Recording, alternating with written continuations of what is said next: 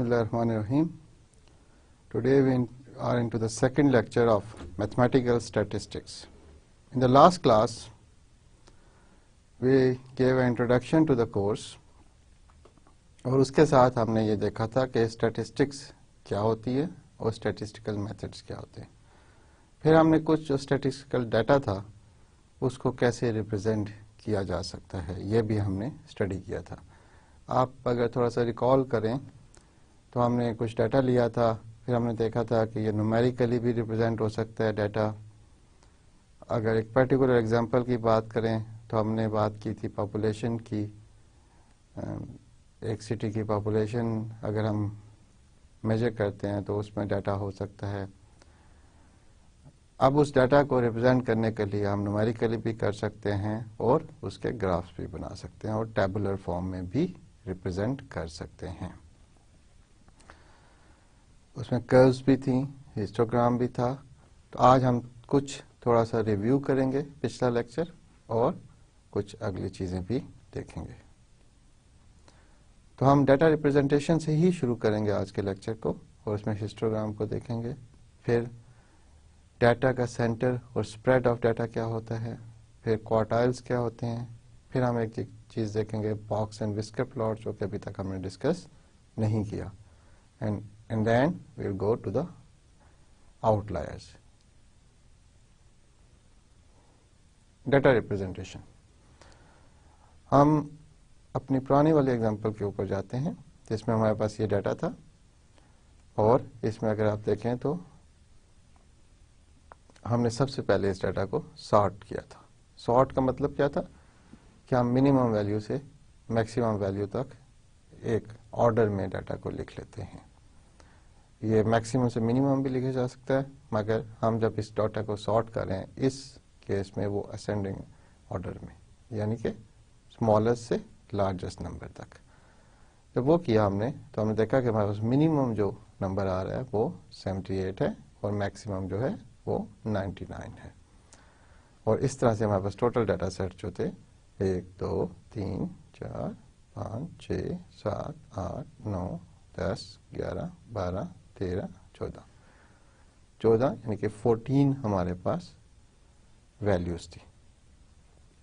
हमने इस डाटा को ग्रुप किया 5 ग्रुप्स में और ग्रुप बनाए 75 से 79 तक, 80 से 84 तक, 85 से 89 तक, 90 से 94 तक और 94 से 99.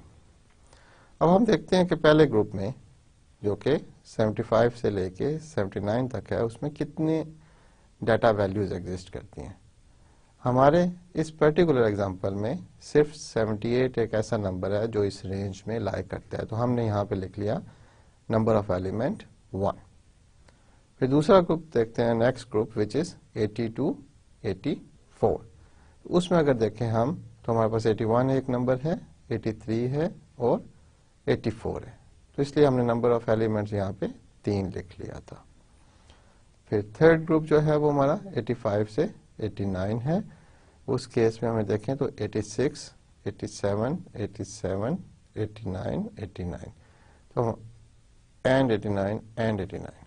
तो 4 हमारे पास वैल्यू 89 की हैं, 2 87 और एक 86. तो टोटल ये बन गए 7 वैल्यूज.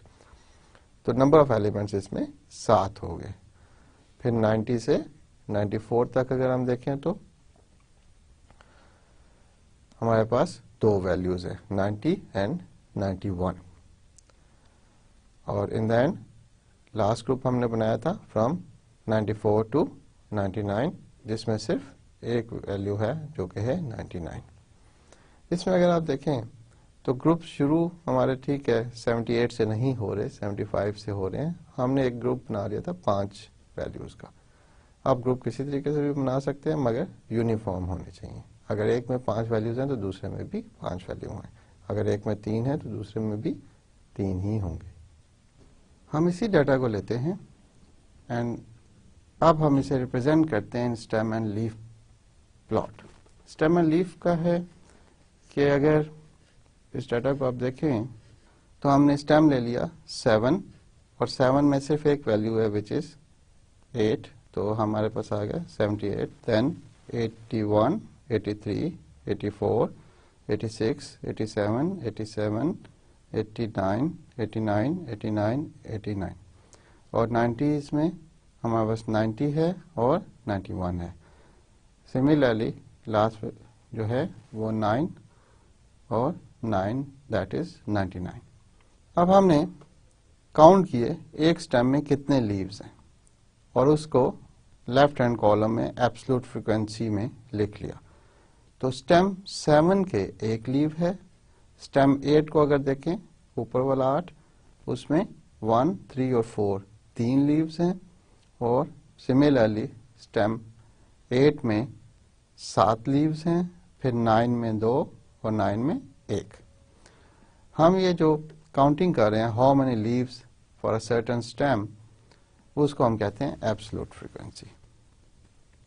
एब्सोल्यूट फ्रीक्वेंसी के बाद हमने डिस्कस किया था कम्युलेटिव एब्सोल्यूट फ्रीक्वेंसी। वो क्या था कि कम्युलेटिव एब्सोल्यूट फ्रीक्वेंसी के लिए हमने एक और लेफ्ट हैंड साइड पे कॉलम बना लिया था जिसमें हम किसी अगर जैसे हम सेकंड स्टेम पे हैं विच इज 8, तो हमने प्रीवियस जो कम्युलेटिव एब्सोल्यूट फ्रीक्वेंसी थी 1 plus the absolute frequency of 8 उन दोनों को ऐड किया तो 4 आ गया। नेक्स्ट के लिए हम 4 और 7 ऐड करते हैं तो 11 आ गया। उससे नेक्स्ट के लिए 11 and 2 13 and last one 13 plus 1 14। तो ये कम्युलेटिव एब्सोल्यूट फ्रीक्वेंसीज आ जाती हैं। To find the cumulative absolute frequency, we add up the absolute frequencies up to the line of the leaf. आप इसको दूसरे तरीके से भी देख सकते हैं। अब लाइन ऑफ द लीफ क्या है, लेट से हम सेकंड लाइन पे जाते हैं, 8 है तो हम इससे पीछे वाली जितनी एब्सोल्यूट फ्रीक्वेंसीज हैं 1 और 3 उनको ऐड करते हैं और यहाँ पे 4 लिख लेते हैं। फिर नेक्स्ट वाले 8 में 1, 3 और 7 को ऐड करते हैं तो भी 11 आता है। तो आप किसी भी तरीके से करें जवाब आपका सेम ही आएगा, प्रोवाइडेड कि हम ऐड करें तमाम absolute frequencies up to the line of the leaf. अब अगर देखें आप तो हमारे पास एब्सोल्यूट फ्रीक्वेंसीज थी, फिर कम्युलेटिव एब्सोल्यूट फ्रीक्वेंसीज थी, ग्रुप थे और नंबर ऑफ एलिमेंट्स थे। Individual entries of left most column in stem and leaf plot are called cumulative absolute frequency और इसको CASP लिखा जाता है। That is the sum of the absolute frequencies of values up to the line of the leaf. Example वो यहाँ पे भी लिखी हुई है कि अगर 11 आपने करना है 89 के लिए, क्योंकि लास्ट वैल्यू इस स्टेम में 89 थी, तो there are 11 values in the data not exceeding 89।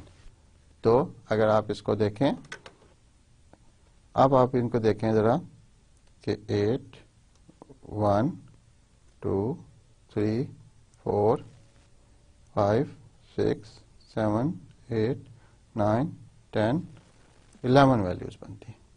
तो इसलिए हमने यहाँ पे 11 लिखा था। आप किसी तरीके से भी कर सकते हैं कि 4 प्लस 7 11 है और 1, 3 और 7 को ऐड करें तब भी 11 आता है। Data representation dividing the absolute frequency by n total number of entries in the data gives relative class frequency। जो हमारी प्रेजेंट एग्जांपल है उसमें 14 एंट्रीज थी, इसलिए इसमें रिलेटिव फ्रीक्वेंसी कैसे कैलकुलेट की जा रही है कि हमने जो एब्सोल्यूट फ्रीक्वेंसी है इस केस में 1 उसको 14 से डिवाइड कर दिया, फिर सेकंड ग्रुप में 3 था तो 3 को भी 14 से डिवाइड किया, 7 था 7 को भी 14 से, 2 को भी 14 से एंड 1 को भी 14 से। इसको हम कहते हैं रिलेटिव क्लास फ्रीक्वेंसी। वो कैसे निकालते हैं, एब्सोल्यूट फ्रीक्वेंसी को टोटल नंबर ऑफ एंट्रीज से डिवाइड करके। अब ये रिलेटिव क्लास फ्रीक्वेंसी को हम कैसे यूज करते हैं डाटा रिप्रेजेंटेशन। अगर देखा जाए तो एक डाटा में कौन सी वैल्यूज कितनी बार आ रही हैं, किस रेंज की वैल्यूज की कितनी रिपीटेशन है, जैसे कि हमारे वाला जो सेक्शन था 84 से 89 वाला, उसमें 7 वैल्यूज थी। तो इसका मतलब है बहुत ज़्यादा डाटा इस रेंज में लाई करता है। इसको कैसे रिप्रेजेंट किया जा सकता है? हम इन्हीं नंबर्स को मैंने यहाँ पे लास्ट में डेसिमल प्लेसेस में लिख लिया है। 1/14 को 0.07, 3/14 को 0.21, 7/14 को हाफ 0.5, 2/14 को 0.14 और 1/14 को 0.07। और ग्रुप नंबर 1 जो था 75 to 79 को अगर आप राइट हैंड साइड वाले ग्राफ को देखें तो यहाँ पे नीचे लिखा हुआ है 75 से 79, और इसकी अगर हाइट ऑब्जर्व करें आप तो वो 0.07 के बराबर आ रही है। इसी तरह नेक्स्ट ग्रुप देखें 82 84 वाला, इसकी हाइट जो है 0.2 से थोड़ी ज़्यादा है, जो कि हमारे पास यहाँ पे थी 0.21। सिमिलरली द लार्जेस्ट ग्रुप 85 से 89 वाला, जिसमें कि मेरे पास 7 वैल्यूज थी और रिलेटिव फ्रीक्वेंसी इसकी आई थी 0.5। तो इस रेक्टेंगल की जो हाइट है वो 0.5 तक है। सिमिलरली हम अदर ग्रुप्स के लिए भी यही काम करते हैं। अब ये जो हिस्टोग्राम बना है, हमारा जो टेबल ये ग्राफ बना हुआ है हिस्टोग्राम, इसमें जो क्योंकि विड्थ जो है हर रेक्टेंगल की सेम है, तो उसका area of the rectangle proportion है टू द रिलेटिव फ्रीक्वेंसी। अगर आसान में कहा जाए तो इनकी हाइट जो है वो रिलेटिव फ्रीक्वेंसी जितनी है। अगर सबकी विड्थ को मैं 1 यूनिट ले लूं तो हाइट जो है वो रिलेटिव फ्रीक्वेंसी जितनी है। तो हम जो रिलेटिव फ्रीक्वेंसी का डाटा है उसको हम हिस्टोग्राम के प्लॉट करने में यूज करते हैं। हिस्टोग्राम हमें क्या इंफॉर्मेशन देता है? अगर डाटा को देखा जाए, जो सॉर्टेड डाटा था मेरे पास वो था 78 से 99 तक। अगर आप सिर्फ इस डाटा को देखें तो आपको पता नहीं चलता कि डाटा की कंसंट्रेशन कहाँ पे है, किस जगह पे ज़्यादा डाटा लाई करता है, कौन सी वैल्यूज ज़्यादा आती हैं। मगर जो ही आप हिस्टोग्राम को देखते हैं तो आपको फर्स्ट गो में ही नज़र आ जाता है कि 85 से 89 तक हमारे पास लार्जेस्ट नंबर ऑफ वैल्यूज हैं। तो हिस्टोग्राम से इस तरह एक पिक्टोरियल व्यू आ जाता है हमारे पास डाटा का, और थोड़ा सा ट्रेंड का भी पता चल जाता है कि किस तरफ इंक्लाइन है, कौन सी वैल्यूज ज्यादा रिपीट हो रही हैं। तो what information does histogram give? It give us a clear picture where is the concentration of data, और we can say which way the data is inclined. तो हमारा जो डाटा रिप्रेजेंटेशन के बहुत से तरीके थे अभी तक, कर्व था, पाई चार्ट था और हिस्टोग्राम या बार चार्ट था, वो सारे हमने अब डिस्कस कर लिए हैं। नेक्स्ट हम देखते हैं कि हमने एब्सोल्यूट फ्रीक्वेंसी भी डिस्कस किया, रिलेटिव फ्रीक्वेंसी भी डिस्कस किया, और हम इस रिलेटिव फ्रीक्वेंसी को कैसे यूज करते हैं इन प्लॉटिंग द हिस्टोग्राम।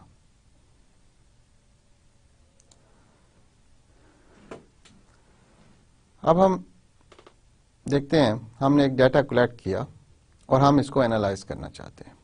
हम वही पुराना वाला डाटा लेते हैं, 89, 84, 87 और 89 तक जा रहा है। इसको जब हमने सॉर्ट किया तो वो 14 वैल्यूज लोएस्ट से हाईएस्ट नंबर में यानी कि असेंडिंग ऑर्डर में रिप्रेजेंट हो गई। तो इस डाटा को अगर देखें आप, as a centre of the location of the data values we can take a median. अब ये डाटा था हमारे पास, इसमें टोटल वैल्यूज जो थी 14 थी।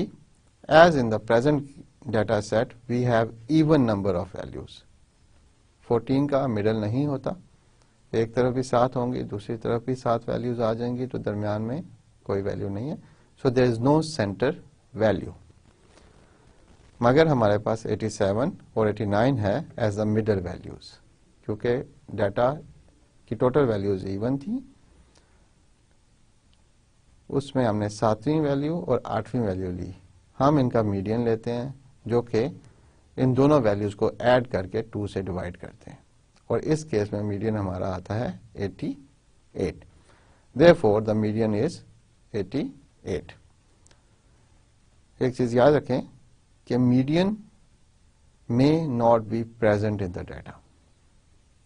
लाजमी नहीं है कि मीडियन आपके डाटा में प्रेजेंट हो, वो डाटा से बाहर भी हो सकता है। जैसे कि इस केस में 88 हमारे डाटा का हिस्सा नहीं है, मगर हमारा मीडियन जो है वो डाटा का मीडियन जो है वो आ रहा है और डाटा का हिस्सा नहीं है। नेक्स्ट अप हम एक और एग्जांपल लेते हैं जिसमें हमारे पास टोटल जो है 9 वैल्यूज हैं और हमने उनको सॉर्ट भी किया हुआ है 51 से 69 तक। In the present data set we have odd number of values, so there is a center value. The center value is 57. Therefore the median is 57। आप नोटिस करेंगे इस एग्जांपल में मीडियन डाटा के अंदर मौजूद है। एक और एग्जांपल लेते हैं मीडियन की, जिसमें हमारे पास 10 वैल्यू आ गई 51 से 69 तक। और एक चीज याद रखिएगा कि डाटा जब हम मीडियन कैलकुलेट कर रहे होते हैं तो डाटा सॉर्टेड होना चाहिए। पहली चीज कि डाटा को सॉर्ट करें और फिर उसके बाद उसकी वैल्यूज मीडियन ढूंढें। As in the present data set we have even number of values, so there is no center value। But अगर देखा जाए तो हमारे पास पांचवी और छठी वैल्यू जो है वो 56 और 57 है। We take the median as 56 plus 57 divided by 2, जो कि 56.5 बनता है। Therefore the median is 56.5। एक चीज याद रखिएगा कि मीडियन में हैव डेसिमल प्लेसेस। ऑल्दो हमारे डाटा में कोई डेसिमल प्लेसेस नहीं थी, मगर मीडियन में डेसिमल प्लेसेस भी हो सकती हैं। तो अभी अगर आप देखें तो हमने दो किस्म के मीडियंस देखे, एक वो जो डाटा में मौजूद थे, एक वो जो डाटा से बाहर भी हो सकते हैं, जो कि डाटा सेट में मौजूद नहीं है। दूसरी बात हमने ये ऑब्जर्व की कि मीडियन का डेसिमल प्लेसेस भी हो सकती हैं, बेशक के डाटा में कोई डेसिमल प्लेस ना हो। और इन तमाम केसेस में मीडियन कैलकुलेट करने से पहले डाटा सॉर्टेड होना चाहिए असेंडिंग ऑर्डर में, हम जैसे कर रहे हैं। फिर spread of data. Spread of data can be measured by the range. Spread को हम वेरिएबिलिटी भी कहते हैं। आप एक एग्जांपल लेते हैं, एक एमएससी मैथमेटिक्स की क्लास है, उसमें स्टूडेंट बैठे हुए हैं। स्टूडेंट की अगर हाइट का हम डाटा कलेक्ट करना शुरू कर दें तो स्टूडेंट्स की हाइट हो सकती है 5 फुट से लेके 6.5 फुट तक, मुख्तलिफ वैल्यूज होंगी। अब हम देखते हैं कि मिनिमम लेट से जो स्टूडेंट हाइट है वो 4 फीट 8 इंचेस है या 4.75 फीट है और मैक्सिमम 6.5 है। तो हमारे पास जो स्प्रेड है वो maximum value minus minimum value आ जाएगा। एक एग्जांपल देखें आप, वही हमारी जो डाटा सेट था 78 से 99 वाला। इस केस में हमारा जो लोएस्ट वैल्यू थी, मिनिमम वैल्यू थी, वो 78 थी और मैक्सिमम वैल्यू हमारी 99 थी। दोनों का डिफरेंस अगर देखा जाए तो वो 21 बनता है। तो इस केस में स्प्रेड ऑफ डाटा 21 है। स्प्रेड ऑफ डाटा से हमें काफ़ी इंफॉर्मेशन मिलती है। अगर सेम हम एमएससी मैथमेटिक्स की क्लास को देखें तो हम एज का भी देख सकते हैं। अगर एज सब स्टूडेंट्स की 18 साल से लेके या 20 साल से लेके 24 साल के दरमियान है, तो इसका मतलब है कि हमें अगर सिर्फ ये पता चल जाए कि स्प्रेड क्या है इस क्लास की एज का, वो अगर 4 इयर्स है, तो इसका मतलब है कि स्टूडेंट सारे तकरीबन सेम एजेस के हैं, सेम कोई, और उनको कैसे हैंडल करना है, क्या पढ़ाना है क्या नहीं पढ़ाना। अब अगर एक क्लास हो जिसमें कोई शख्स है जो काफ़ी देर बाद पढ़ाई में वापस आए हों और उनकी एज 48 है, और जो मिनिमम स्टूडेंट है वो फ्रेश बीएससी करके मैथमेटिक्स में आ गया है, इज 20 ईयर्स ओल्ड, तो अब स्प्रेड बहुत ज़्यादा है। तो इस लिहाज से जो आपको क्लास में एग्जांपल्स देनी पड़ेंगी वो भी वैरायटी की देनी पड़ेंगी। बहुत से तरीके हो सकते हैं। अगर आप ट्रांसपोर्ट सर्विसेज की बात करें तो अगर हमने एक बस सर्विस शुरू करनी है फॉर स्टूडेंट्स, तो अगर उसमें बहुत एज्ड स्टूडेंट्स भी हैं तो उसके लिए बस की सीढ़ियाँ या कंफर्ट लेवल हमें ज़्यादा केयर करना पड़ेगा। अगर तमाम यंग लोग हैं तो सीढ़ियों की हाइट शायद इतना मैटर ना करे। इसी तरह बहुत सी एग्जांपल्स हो सकती हैं, आप खुद भी सोच सकते हैं कि स्प्रेड से एक फील आ जाती है कि डाटा में कितनी विड्थ है, छोटी सी वैल्यू से बड़ी वैल्यू तक कितनी रेंज हमारे पास मौजूद है। नेक्स्ट जाते हैं हम, एक और एग्जांपल लेते हैं। 51 से 69 तक वैल्यूज हैं हमारे पास और इसमें हम स्प्रेड कैलकुलेट करते हैं तो वो 18 आता है। इस केस में स्प्रेड प्रीवियस केस से थोड़ा कम है, तो इसका मतलब है डाटा एक सेंटर वैल्यू की तरफ, मीडियन की तरफ कंसंट्रेटेड है। इसमें हमने डाटा लिखा हुआ है, इस डाटा को हम फिर सॉर्ट करते हैं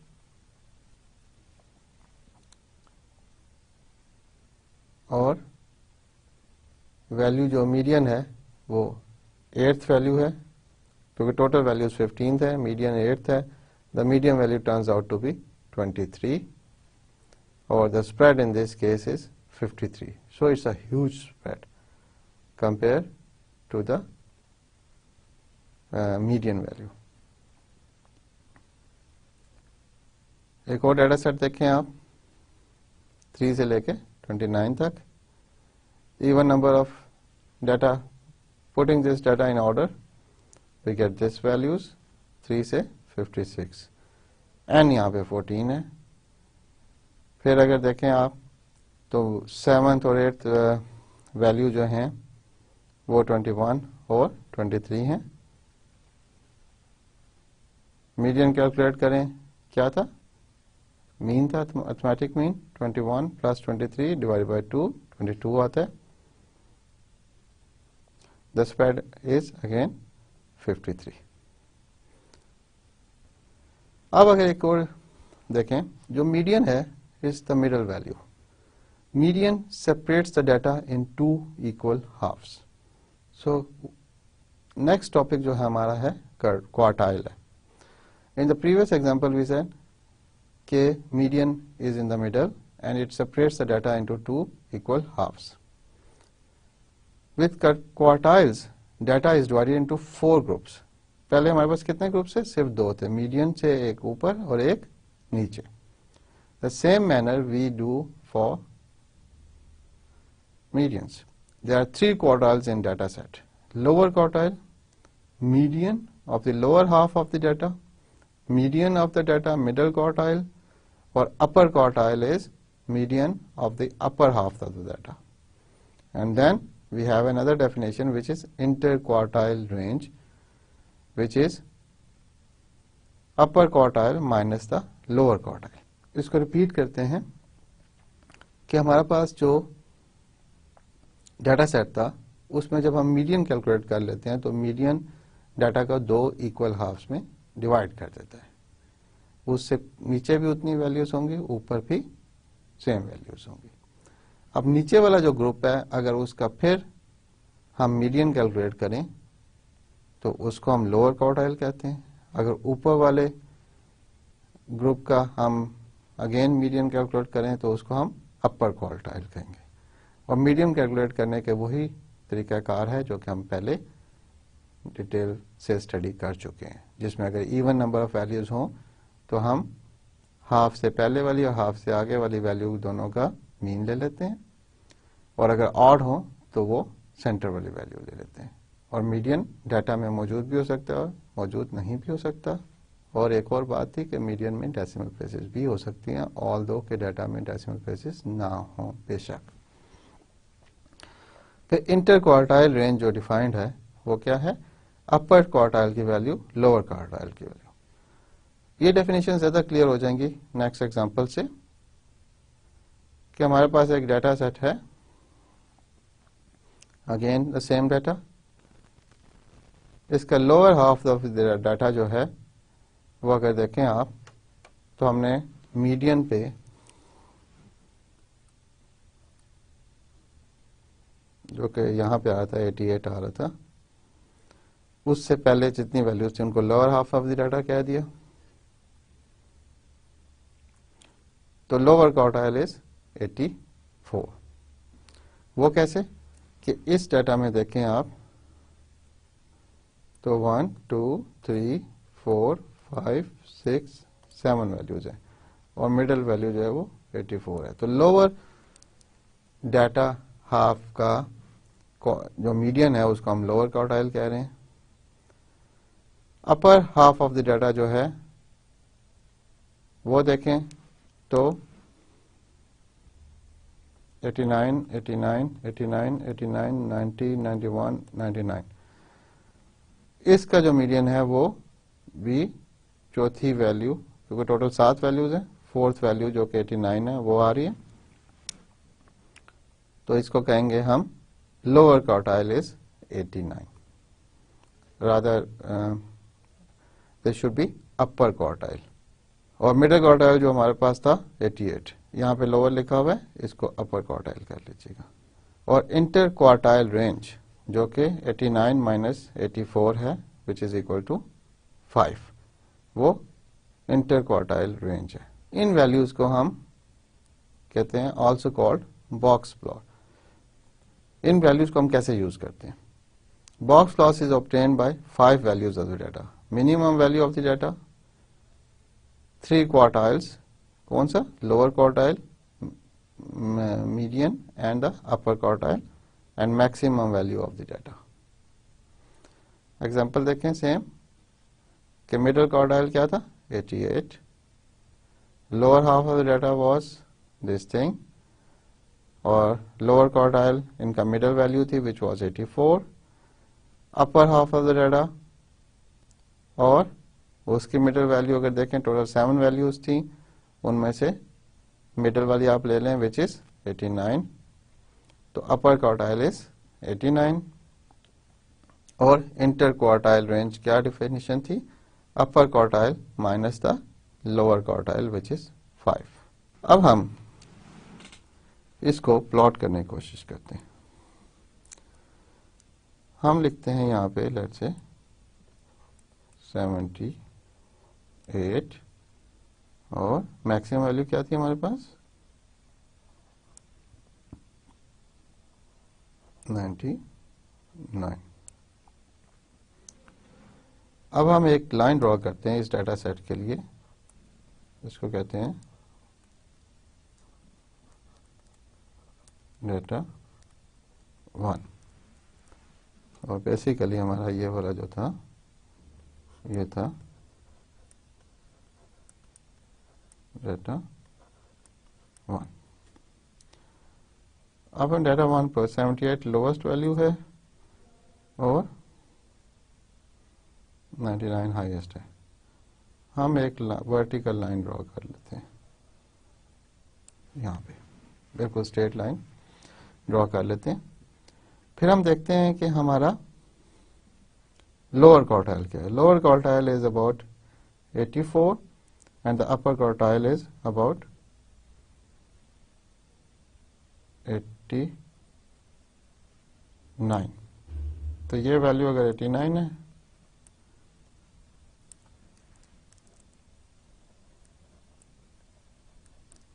और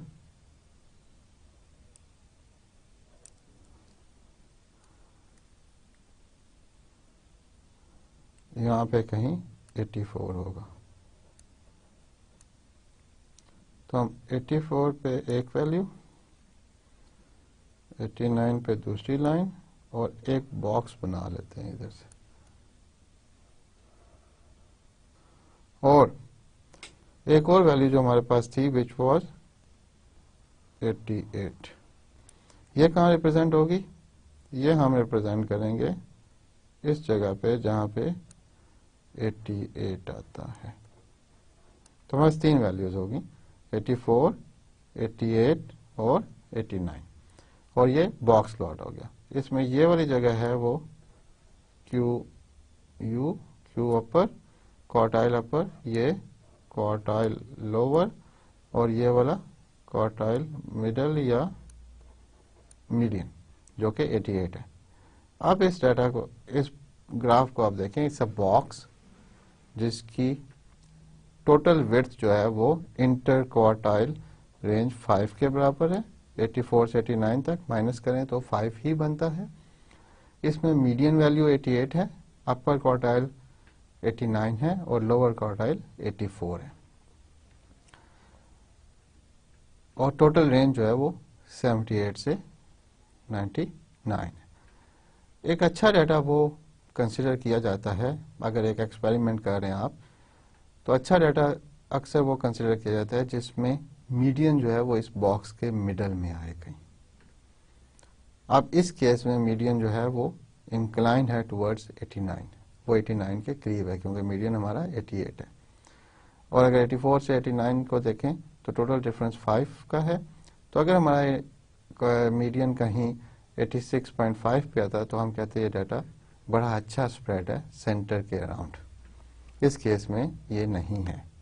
इस डाटा से हम कुछ और चीजें देखते हैं। ये तो एक और रिप्रेजेंटेशन अभी तक हमने डिस्कस कर ली, बॉक्स प्लॉट कैसे प्लॉट किया जाता है। Let's say an experiment was performed in which time was noted for a toy parachute to land on the ground from a fixed height. The experiment was repeated 10 times under similar conditions. क्या हुआ कि हमने एक experiment किया जिसमें एक parachute था जो कि एक हाइट से हम ड्रॉप कर रहे थे, टोटल हाइट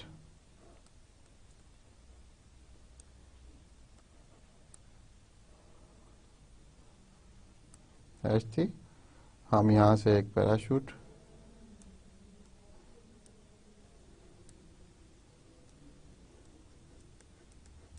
ड्रॉप करते हैं और जब वो ग्राउंड पे पहुंचता है तो हम टाइम नोट कर लेते हैं। वो टाइम हम 10 दफा ये एक्सपेरिमेंट रिपीट किया। जो डाटा हमने रिकॉर्ड किया वो था, अगर यहाँ पे देखा जाए 14, 13, 15, 16, 5, 27, 16, 11, 12, 22। इस डाटा को रिकॉर्ड करने के बाद हम इसका कुछ एनालिसिस करते हैं। एनालिसिस क्या किया हमने, जो ओरिजिनल डाटा था हमने उसको सॉर्ट आउट कर लिया। पहली बात सॉर्ट किया, किस ऑर्डर में, असेंडिंग ऑर्डर में। 5, 11, 12, 13, 14, 15, 16, 16, 22, 27। आप याद रखिएगा कि हमने कहा था we said that the same experiment is repeated 10 times. ना हमने हाइट चेंज की, ना जनरल कंडीशंस चेंज हुई, under the same conditions. Then the time taken should be same in all cases and we should have the same number 10 times. अगर ये experiment में human error ना हो और फैक्टर्स ना हो तो हर दफा जब ये ड्रॉप होगा पैराशूट तो हमारे पास डाटा आंसर सेम ही आना चाहिए। लेट्स से उसको अगर 14 सेकंड्स लगते हैं तो हर दफा 14 सेकंड ही आना चाहिए, मगर क्योंकि कोई शख्स जो है वो स्टॉप वॉच ऑन करता है, ऑफ करता है, उसमें थोड़ा डिले हो सकता है। हवा अगर चल रही है उससे भी हो सकता है डिले, मगर हम यहाँ पे सिर्फ ह्यूमन एरर को लेट से स्टडी करना चाहते हैं कि डाटा कलेक्शन में तो कोई प्रॉब्लम नहीं हुई, स्टॉप वॉच सही बिहेव कर रही थी या उसको नोटिंग में प्रॉब्लम तो नहीं हुई, कोई डाटा गलत तो नोट नहीं हो गया। तो however, due to unavoidable delay in the response of the human जो भी पर्सन था जिसके पास स्टॉप वॉच थी वो रिकॉर्डिंग कर रहा था, उसने क्लिक किया जब स्टॉप वॉच तो डाटा हमारे पास वेरिड आ गया। कभी डाटा ठीक आया, कभी ठीक नहीं आया। But some of data is completely out of sync with the rest of the data. अगर आप यहाँ पे देखें तो ज़्यादा कंसिडरेशन जो हमें नज़र आ रही है वो मिडल में 14, 13, 16 वैल्यूज, 16 नंबर सेकंड्स पे ज़्यादा डाटा आ रहे हैं. The data which is not representative of the rest of the data is called outliers. वो डाटा जो कि रिप्रेजेंटेशन नहीं करता हमारे डाटा की, उसको हम कहते हैं आउटलायर्स. इसको फर्दर हम देखते हैं कि आउटलायर क्या है. An outlier is a value that appears to be uniquely different from the rest of the data. An outlier is a value that appears to be uniquely different from the rest of the data. कि बाकी सारे data से वो एक stand out करती है, completely different है. It might indicate that something went wrong when the data collection process. जब डाटा कलेक्ट किया जा रहा था कोई चीज गलत हो गई हमारे से. हम आउटलायर किसको डिफाइन करते हैं? हम कहते हैं the outlier is normally defined as a value more than a distance of 1.5 interquartile range from either end of the box. Interquartile range क्या थी? Upper quartile minus the lower quartile की value. और upper quartile क्या था कि हमने एक data set लिया, उसको सॉर्ट किया था, मीडियन वैल्यू निकाली थी, मीडियन से नीचे वाले जितने डाटा वैल्यूज थी उनका जब फिर दोबारा मीडियन लिया तो हम उसको लोअर क्वार्टाइल कह रहे थे, और मीडियन से ऊपर वाली जितनी वैल्यूज थी जब उनका हम दोबारा से मीडियन लेते हैं तो उसको हम अपर क्वार्टाइल कह रहे थे. तो अपर क्वार्टाइल माइनस लोअर क्वार्टाइल जो है वो हमारा इंटर क्वार्टाइल रेंज थी. और जब हम उसे 1.5 से मल्टीप्लाई करते हैं, 1.5 से मल्टीप्लाई करते हैं, सो हमारे पास एक नंबर्स आएंगे. उन नंबर्स को हम देखते हैं कैसे यूज करते हैं. हम वापस आते हैं अपने डाटा की तरफ. ओरिजिनल डाटा हमारा वही 14, 13, 15, 14, 13, 15, 16, 7, 23, 16, 11, 12, 23. इसमें देखें आप अगर तो डाटा में काफ़ी ज़्यादा वैराइटीज़ है. अगर इस डाटा को हमने जब सॉर्ट किया 7 से लेके 23 तक, तो मिडिल क्वार्टाइल हमारा जो आ रहा था वो 10 वैल्यूज थी, तो हमने 14 और 15 का मीन लिया तो वो 14.5 आ गया, which is a middle quartile. Lower quartile का जो 5 वैल्यूज थी उसमें 12 आ गया. अपर क्वार्टाइल जब भी 5 वाली थी उसका मिडिल वैल्यू जो थी 3 थी वो 16 आ गई.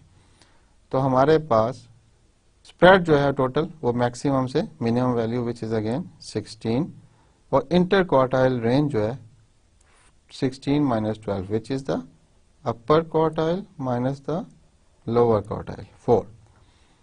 और जब हम इसको 1.5 से मल्टीप्लाई करते हैं तो वी गेट 6. 4 into 1.5 1.5 गुना जो है वो 6 बनता है. Therefore all values above upper quartile plus 4 which is 22 are outliers. और इस केस में 23 7 अगर लिखा हुआ है it should be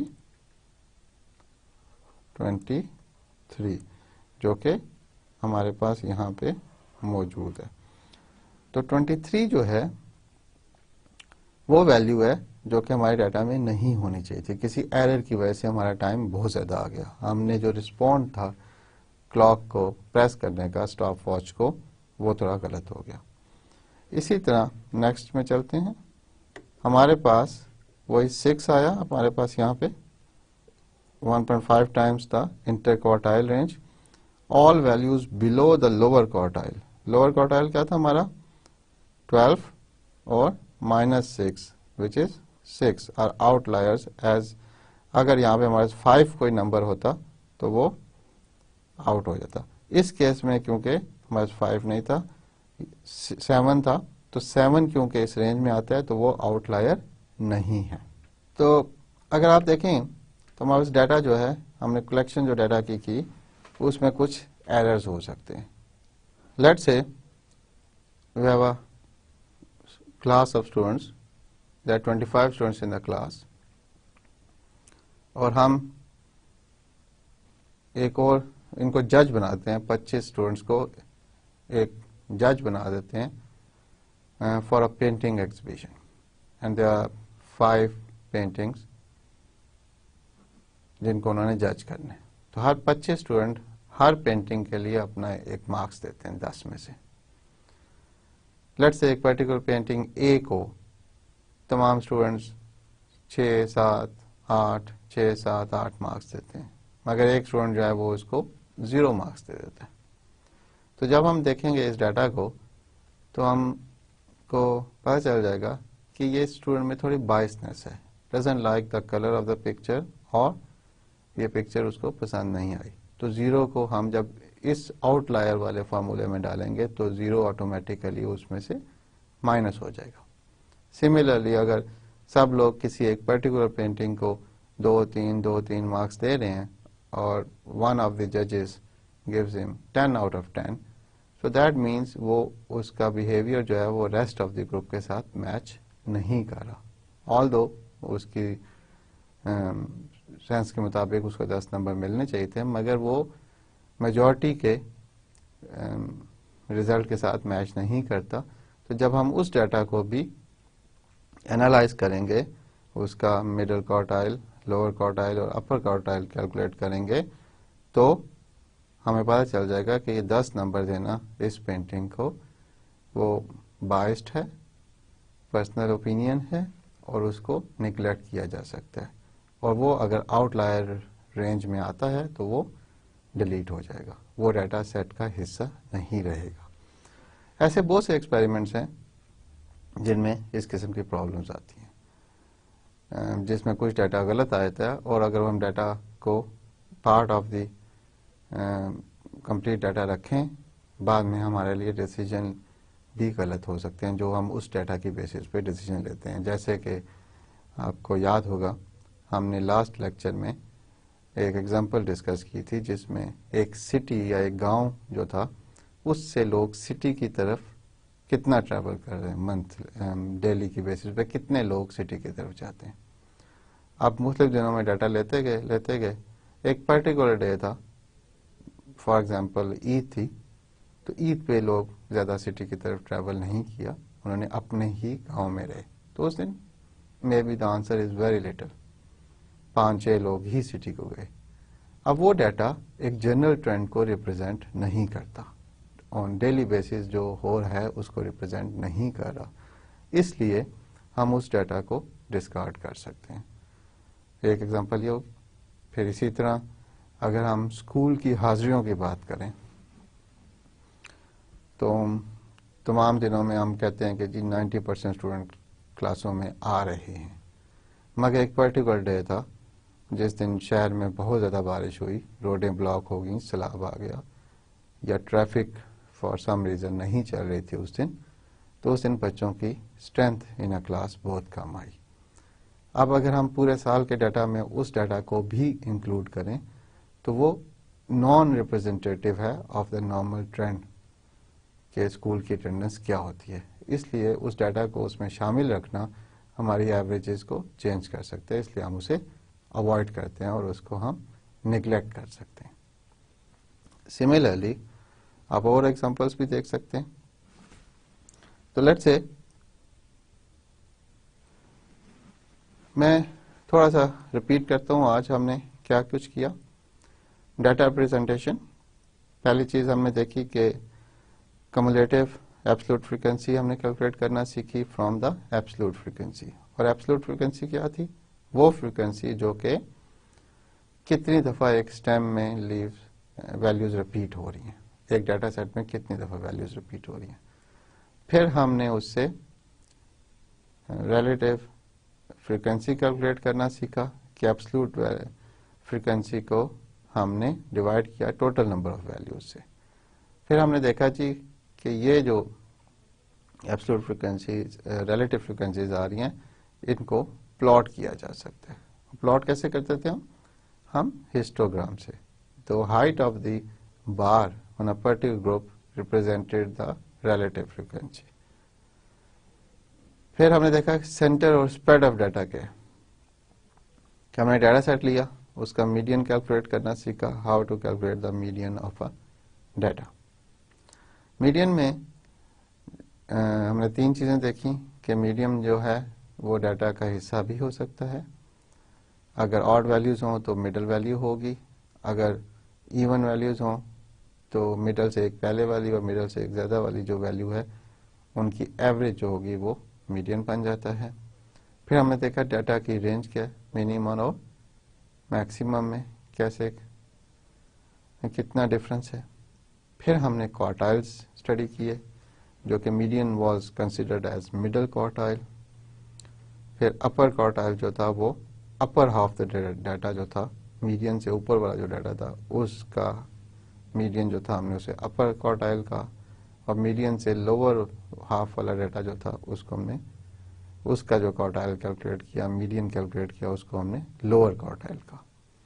फिर हमने एक चीज़ कैलकुलेट की, इंटर क्वार्टाइल रेंज।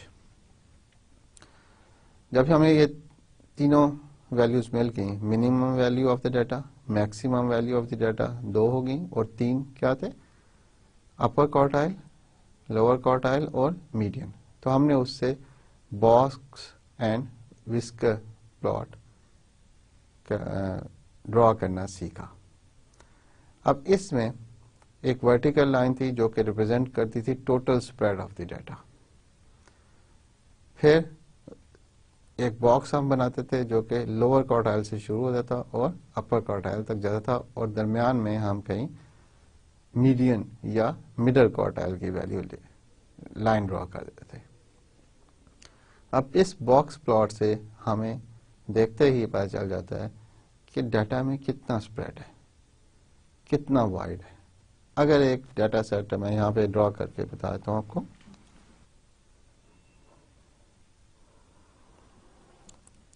अगर हम सेम ही एक्सपेरिमेंट करें तो एक डाटा 1 के लिए, और फिर एक और दूसरे दिन फिर वही एक्सपेरिमेंट रिपीट करें और डाटा 2 लें। पहले दिन अगर हमारे पास जो बॉक्स प्लॉट है वो इस किस्म का आता है, और जिसमें मिडल क्वार्टाइल जो है वो ये है, और दूसरे दिन हम अगर प्लॉट करते हैं तो हमारा सेम स्केल पे बॉक्स प्लॉट ये बनता है और मिडल क्वार्टाइल सेंटर में आता है। तो मेरे हिसाब से जो डाटा सेट 2 है वो बेटर कलेक्टेड डाटा है, बिकॉज इसमें स्प्रेड भी कम है, नंबर 1। नंबर 2, जो मीडियन है बिल्कुल मिडल में आ रहा है बॉक्स के, और रेंज ऑफ द डाटा भी कम है। तो डाटा अगर हमने सेम एक्सपेरिमेंट का डाटा 2 दिन कलेक्ट किया, डाटा 1 और डाटा 2, तो डाटा 2 लुक्स बेटर, उसमें आउटलायर्स भी कम हैं और प्रॉब्लम्स नहीं। अगर आउटलायर्स होते तो क्या होता, वो कट आउट हो जाते। इसमें लगता है कि आउटलायर्स हैं, और जब हम आउटलायर्स को कट करेंगे तो ये ऊपर वाले कुछ वैल्यूज भी डिलीट हो सकती हैं और नीचे वाली भी कुछ वैल्यूज डिलीट हो सकती हैं। तो ये हमारा सारा जो आज की समरी थी। अब आपने क्या करना है, आप मुख्तलिफ डाटा कलेक्ट कर सकते हैं, रैंडमली जनरेट कर सकते हैं ऑन एक्सेल, और उसका मीडियन और क्वार्टाइल्स भी रीड कर सकते हैं। और सबसे इम्पोर्टेंट चीज़ है कि उस डाटा से आप हिस्टोग्राम भी प्लॉट करें। तो थैंक यू वेरी मच। और इस लेक्चर के लिए डिटेल्स के लिए हमने 2 रेफरेंसेस दे दिए। एक तो अरविंद क्रिजिक की बुक है जो हमने पहले भी आपको बताई थी, उसमें देख लीजिएगा, और ये एक वेबसाइट भी है, यहाँ पे भी काफ़ी इंफॉर्मेशन मौजूद है। Thank you very much. अल्लाह हाफिज़।